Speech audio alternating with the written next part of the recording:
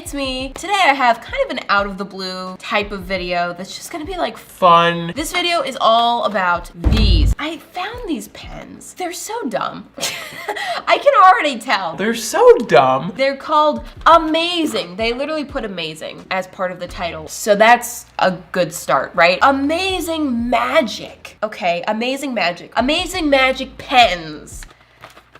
I don't have anything to say about pens. What do they do? I honestly don't even really know yet. I bought them on Amazon. They popped up and I was like, Amazing Magic pens.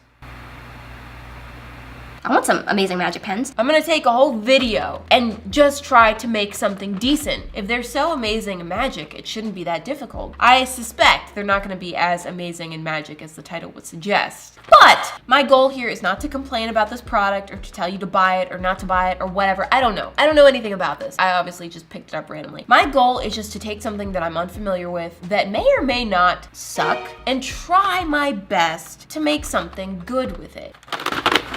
Almost dropped them. I guess we'll just get into kind of exploring these and what they do and trying to make something. Let's do it. All right, laying down my surface to get started, and here they are, the stars of the show, the Amazing Magic Pens. How many times am I gonna say that? Oh wait, Marvin's Amazing Magic Pens. Who's Marvin? So let's open these boys up. Smell that? Smells like a cheap gimmick. But hey, I bought them, so who's the fool here? Here's one up close. Okay, looks like a regular marker to me. It doesn't feel magical. Maybe it works like a wand. Come on. Bippity bop bop.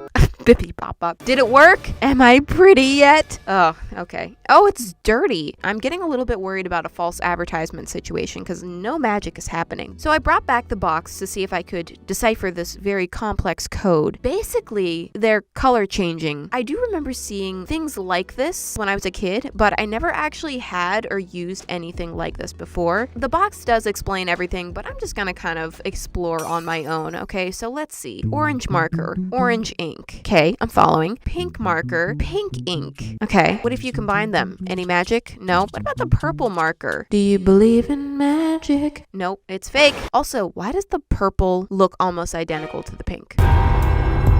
It's not only unmagical, that's a crime. Tried the green pen, nothing again, until I brought out the white pen. I didn't see this before. Suddenly, okay, it's happening. So the white pens are the magical ones. It took me way too long to figure that out. Now I get it. I'm smart. Just call me professor. Watch as this purple ink turns to green. Oh gosh, that's cool. What happens if I put the magic down first and then put the color on? Oh, okay. So it works both ways. Science. In this pack, we have 10 of these two-tone markers plus 2 duplicate colors. Why didn't they give us 12 unique colors instead of the duplicates? I'll bet that was Marvin's fault. Thanks, Marvin. So we have black, or what is supposed to be black. It's really more of a dark blue. This weird brown, another dark blue, medium blue, purple, another purple that's actually pink. Magenta, really. Green, red, and orange. Quite an interesting arrangement of colors. As you may have guessed, the color of the ink matches the base of the pen. When you add Marvin Magic, it changes to the color that's on the cap. So let's test all of these out. Ooh, I feel the magic. That's actually really fun to do. So these are the crazy ones. And then there's the more toned down sisters. And for some reason, there are, again, duplicates of 2 of the colors instead of just making all unique colors.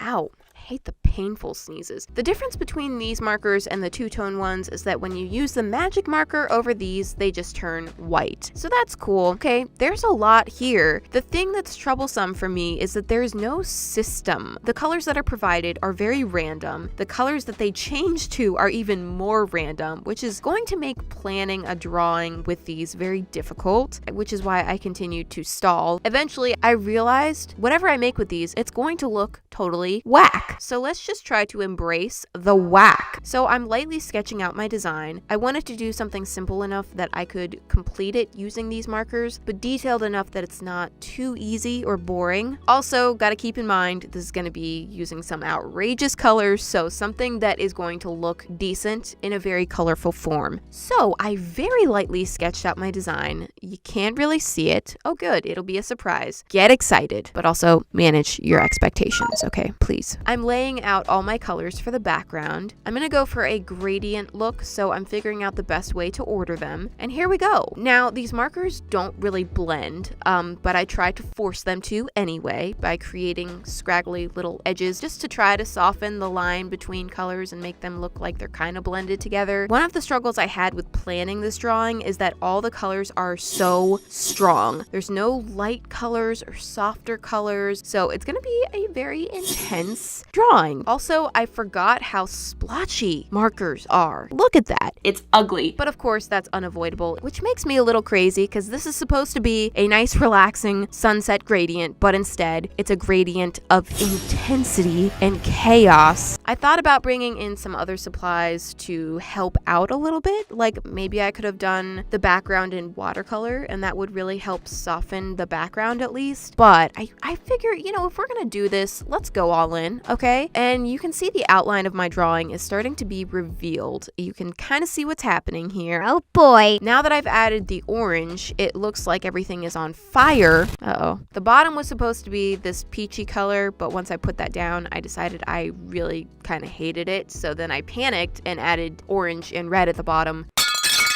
And now it really looks like we've got a group of desserts in the fiery furnace. I tried to soften this up a little bit, didn't really work. I went over all the peach with the orange and yellow markers. Oh, except there, I missed a spot. Oh, it's gonna distract me now. The background is done. I'm erasing pretty much all the pencil lines on here because I definitely don't want those showing through the markers and making everything look messy. And here we go with the coloring. I'm not gonna outline this drawing. I think it probably would have looked better if I had, but my goal is to create something using only the magic of the pens. It's not gonna be the best looking art that you've ever seen, unless you've never seen art ever in your life. So I've got this pink popsicle and I'm using the magic marker to add some white details on it. And hey, that's pretty cool actually. Wow. The popsicle came out really cute and pretty normal looking. Too bad it's in a burning furnace. For the next dessert, I'm doing brown for some chocolate sauce. That's nice and normal. And then purple for the dessert itself, which is a cream puff. And watch this, watch the magic. I used the marker to create the white cream filling and just left the purple to be the shadows. See how I did that? That's so good. I'm way too impressed that I thought of that. And then using the white to add some little details around. Final touch of magic is the sprinkles on the chocolate sauce, which turned into a bright alien green. Definitely not the color I would have chosen. I think that's part of the fun. I did decide to add some little friends into my desserts, and maybe you'll recognize this familiar face. Actually, it's not that familiar because Cousin Derp doesn't normally look like this, but these markers don't come in baby blue, unfortunately. I use the magic marker for all of his details,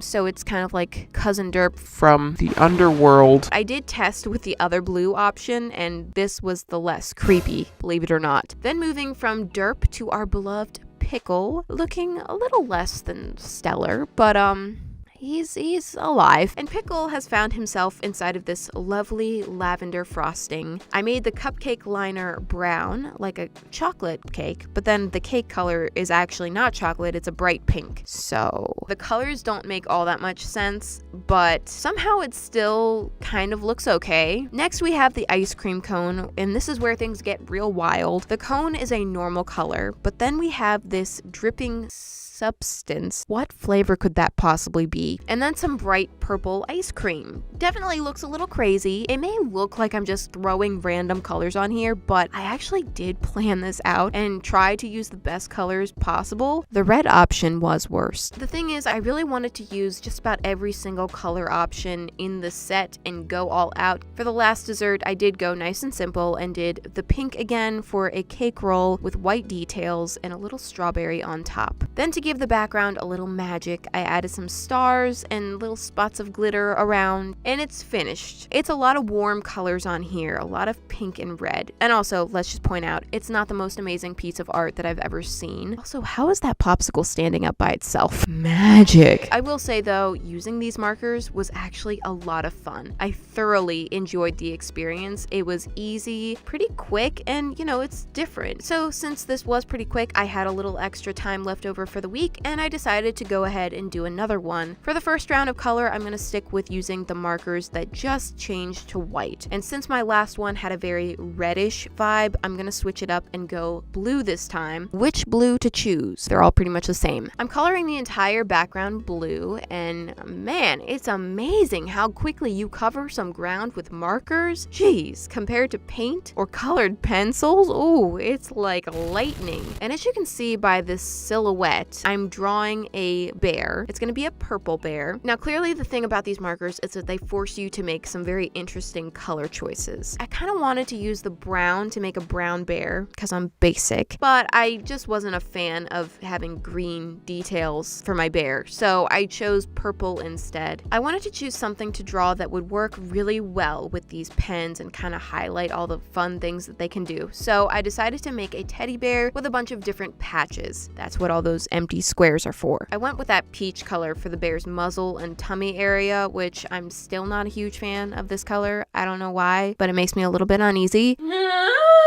I gave him a big red bow tie and some nice pink ears and little feet and toes. Now that there's nothing left to color but the patches, I'm breaking out the two-tone markers so we can get a little crazy. For this drawing, I'm just gonna color the entire thing in completely first, and that way we can save the magic for the very end and savor it. Okay, it's time for magic. And this part was just, the most fun I've ever had in my entire life. Is that an exaggeration? Yeah, for sure. But it was really fun, okay, honestly. So I was just kind of going for it, and there was just something so fun about using one marker to achieve so many different colors and watching them change. It's just so satisfying. And you don't even have to think about it. It just happens. Honestly, this is such a gimmicky, like, pointless product, you know? Like, let's be honest, who really needs this functionality in a marker? But you probably will have a lot of fun making something, you know, cute. And I like that they kind of make you think differently about what you're doing than just with a regular drawing. The only thing I would say, I really wish the colors were better. More variety, more light tones. You can still have like the vibrant, crazy ones, but like if you were able to mix those with a little bit nicer, prettier colors, it would just make the art so much better. Anyway, here's my bear, and I think it came out really cute. I love all the different patterns. I mean, it is a very simple piece of art, but I did most of this drawing at like 1 o'clock in the morning, and I was still really enjoying it, even though it was in the middle of the night and I probably should have been sleeping. So I really did love this experience. Those are the two drawings that I made completely with Marvin's amazing magical pens. Maybe it's because I had such low expectations for these, but I did have a lot of fun, even though the art would probably look a lot different if I had used more traditional art supplies. I do like how these came out and what I was able to do with them. I hope you guys enjoyed watching this. Thank you so much, and I will see you next week. Bye!